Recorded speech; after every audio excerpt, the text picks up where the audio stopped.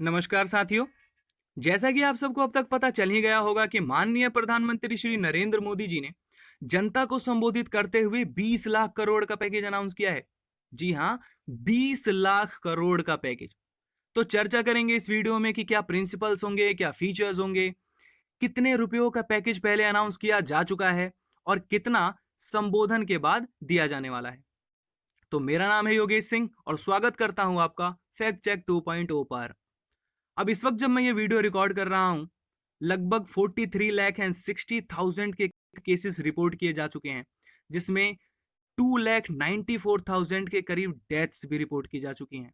पर एक अच्छी बात यह है कि लगभग 16 लैक्स एंड 11,000 के करीब लोग जो हैं वो रिकवर किए जा चुके हैं।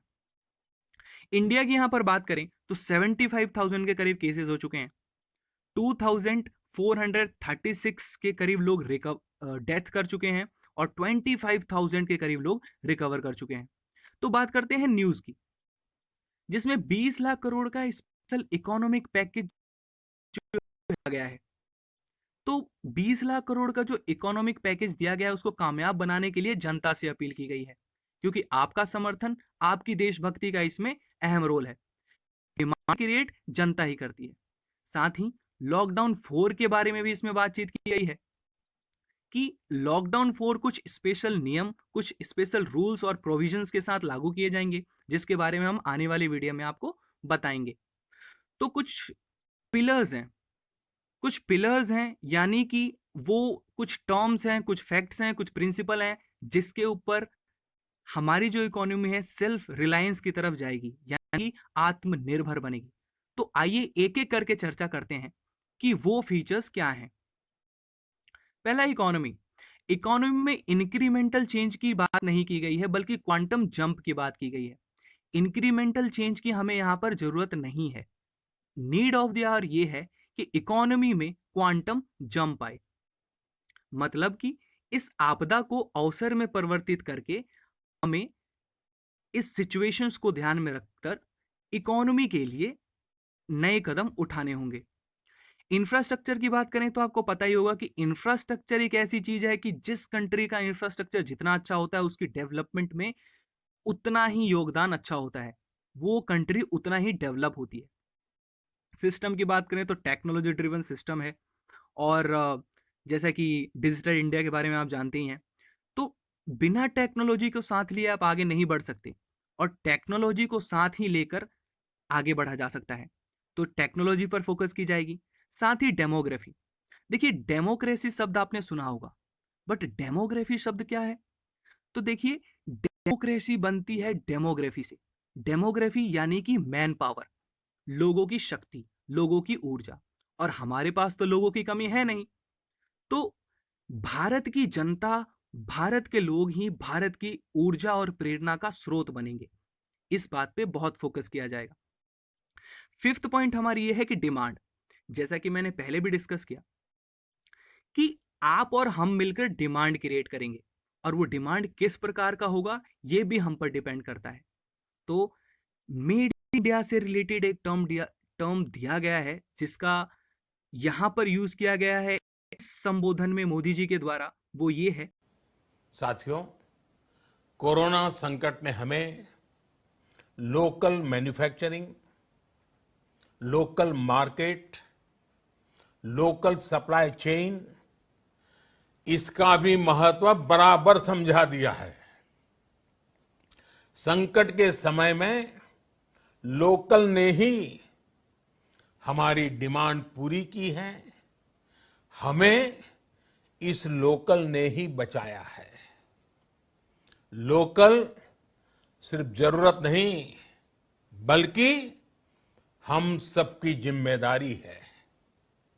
समय ने हमें सिखाया है कि लोकल को हमें अपना जीवन मंत्र बनाना ही होगा। आपको आज जो ग्लोबल ब्रांड्स लगते हैं, वो भी कभी ऐसे ही बिल्कुल लोकल थे, लेकिन जब वहां के लोगों ने उनका इस्तेमाल शुरू किया, उनका प्रचार शुरू किया, उनकी ब्रांडिंग की, उन पर गर्व किया, तो वो प्रोडक्ट्स लोकल से ग्लोबल बन गए। वो प्रोडक्ट्स लोकल से ग्लोबल बन गए। इसलिए आज से हर भारतवासी को अपने लोकल के लिए वोकल बनना है। लोकल के लिए वोकल बनना है। न सिर्फ लोकल प्रोडक्ट्स खरीदने हैं, बल्कि उनका गर्व से प्रचार भी करना है। कि लोकल को वोकल दें। जो लोकल चीज है, जो लोकल सामान है, जो आपके गांव, आपके देश में बनी हुई चीजें हैं, उसका उपयोग करें ताकि उनकी डिमांड क्रिएट की जा सके। आगे चलते हैं तो देखते हैं कि 20 लाख करोड़ का जो पैकेज है, हाँ भाई ठीक है, 10% ऑफ जीडीपी है, सब कुछ ठीक है। बट क्या अभी हमें 20 लाख करोड़ का पैकेज मिलने वाला है? तो ऑब्वियसली नहीं, क्योंकि 1.7 लाख करोड़ जो है वो कैश और फ्री फूड डिफेंस मिनिस्ट्री द्वारा पहले ही जारी किया जा चुका है। और 5.24 लाख करोड़ की जो बात है वो लिक्विडिटी सपोर्ट के लिए आरबीआई द्वारा बैंकों को दिया जा चुका है। तो लिक्विडिटी सपोर्ट क्या होता है? आपके दिमाग में ये क्वेश्चन आ रहा होगा। लिक्विडिटी सपोर्ट बेसिकली बैंकों को बचाने के लिए दिया जाता है आरबीआई के द्वारा। तो अभी पिछले कुछ दिनों पहले आपने ये न्यूज़ सुना भी होगा कि लोन वगैरह माफ कर दिए गए हैं जिसमें बड़े बड़े बिजनेसमैन के नाम है। तो वो इन्हीं पैसों से किया गया है। और इन सब पैसों को अगर इसमें से हटा दें तो टोटल बैलेंस बच जाता है 13.1 लाख करोड़, जो कि 6.5% ऑफ जीडीपी है, जो कि देना बाकी है।